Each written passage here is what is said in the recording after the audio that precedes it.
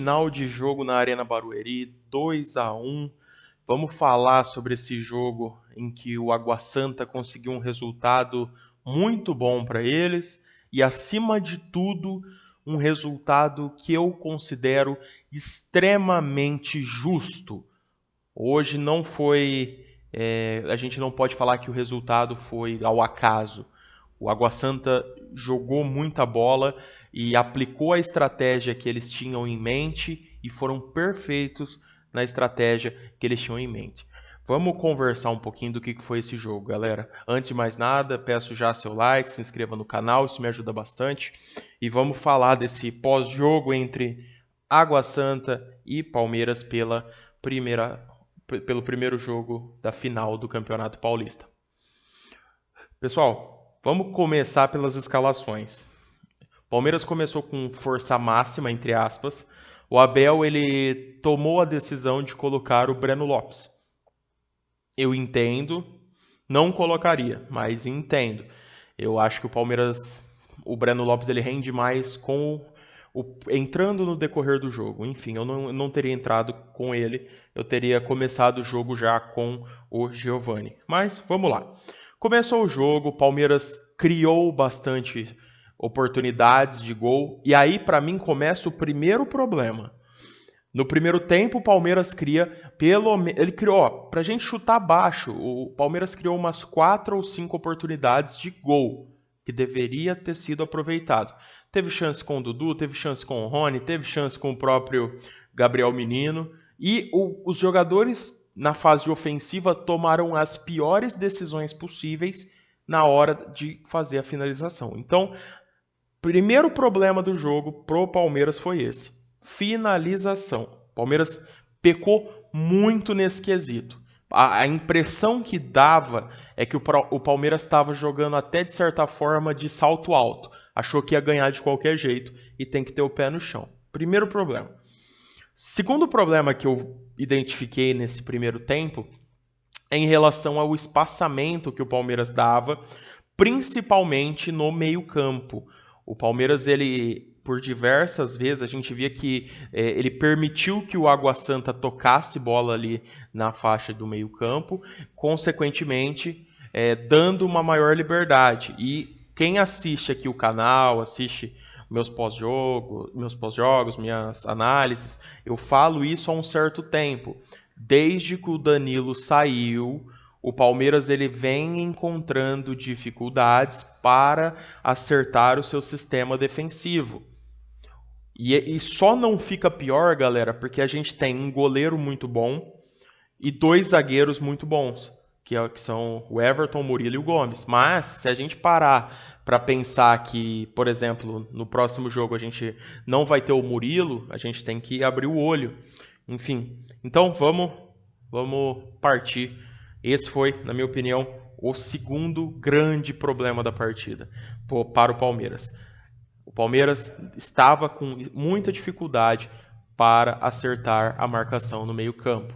A impressão que dá é que o Gabriel Menino e o Zé Rafael, eles não dão liga. Não está funcionando. É até interessante a gente pensar que o Palmeiras agora, com essa contratação do Richard Rios, o Palmeiras tende a testar novas formações desse primeiro e desse segundo volante, porque a gente está com esse problema, essa defasagem na marcação. Então, galera, a temática do primeiro tempo foi essa. Palmeiras criou mais, só que também deixou o Água Santa jogar e criou mais e não concluiu a gol de maneira eficiente, que causou um resultado ruim no placar no primeiro tempo. No final do primeiro tempo, numa bola aérea, o jogador Bruno Mezenga, centroavante, alto, acho que tem quase 2 metros de altura o rapaz, foi lá, fez o gol do Água Santa. Quando a gente volta no segundo tempo, a impressão que dava é que o Palmeiras voltou um pouquinho mais ligado. Voltou com 2 substituições. Uma foi por lesão, que inclusive é uma substituição que preocupa, porque quando a gente olha para a lateral esquerda, a gente vê, por exemplo, o Piquerez é um ótimo lateral, jogador de seleção. E o Vanderlan é um atleta da base que ainda não se provou no profissional. Então, se essa lesão for um pouco mais grave, o Palmeiras vai ter que contar com o Vanderlan. E a gente vai ter que torcer para o Vanderlan corresponder às expectativas. Enfim, teve essas duas substituições. Piquerez sai para a entrada do Vanderlan. Posteriormente sai o Breno Lopes. Gostei da substituição para a entrada do menino Endrick. O Endrick consegue fazer seu gol, finalmente. Quem sabe agora tirou essa zica aí. O Endrick faz seu gol. A gente até se anima um pouco vendo, acha que até vai mudar um pouco o panorama da partida. Agora o Palmeiras vai fazer, vai criar. E aí, após o gol do Palmeiras, parece que a gente volta no primeiro tempo. Que fica nessa. O Palmeiras vai, cria uma oportunidade, mas... Sabe quando parece que... Não digo preguiça, mas parece que a gente tava meio frouxo no jogo, na fase ofensiva. E aí, foi esse jogo de comadre no restante do segundo tempo. E, posteriormente, no final da partida, o Bruno Mezenga, de novo, consegue achar um espaço e fazer o gol. Então, galera, olhando para isso tudo, o que a gente tira de aprendizado? Não é terra arrasada, ainda não é uma parmeirada, porque eu considero que para ser uma parmeirada a gente vai precisar perder o segundo jogo também. Mas assim, galera, é um sinal de alerta.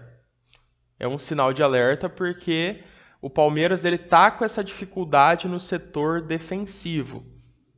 O setor defensivo tá me preocupando mais do que o ofensivo, sinceramente. Porque a gente vê o Palmeiras criar, faltou competência e capricho nas finalizações? Faltou. Mas a gente viu o Palmeiras criar jogadas ofensivas.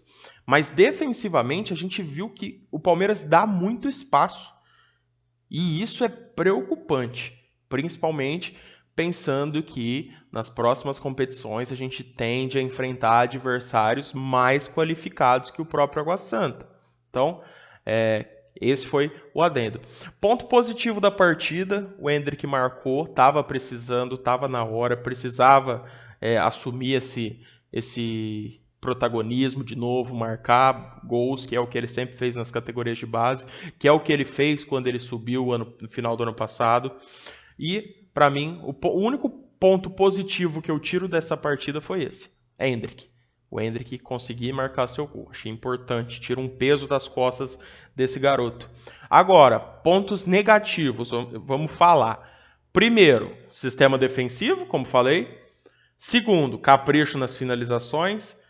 Terceiro, lesão do Piquerez. Preocupantíssimo essa lesão do Piquerez aí. Vamos torcer para não ser nada grave. E agora é pensar no jogo de quarta-feira contra o Bolívar. A gente vai ter um confronto já pela Libertadores lá. E semana que vem tem mais final de Campeonato Paulista. Acho sim que dá para virar. Não é terra arrasada, como eu falei.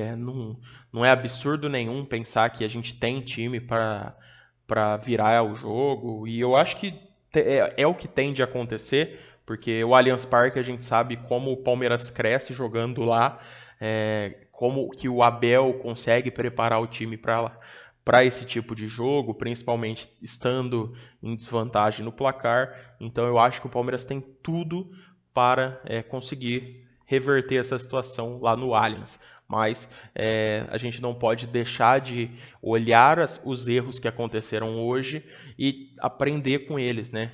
Eu acho que o problema não é errar em si, o problema é quando a gente erra e não aprende. Então eu espero que o Abel consiga identificar os erros da partida e corrija para a partida de volta. Tá certo, galera? Se gostaram do pós-jogo, deixa o like aqui embaixo, me ajuda aí, se inscreva no canal, comenta se discordam de mim, de alguma situação.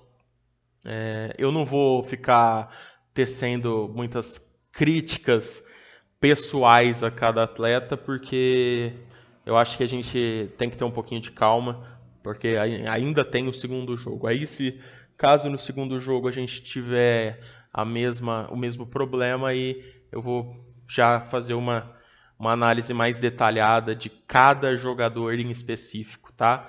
Mas no restante, galera, foi isso. Vamos torcer para que esse time melhore. Tá certo, galera? Valeu, avante palestra e até a próxima.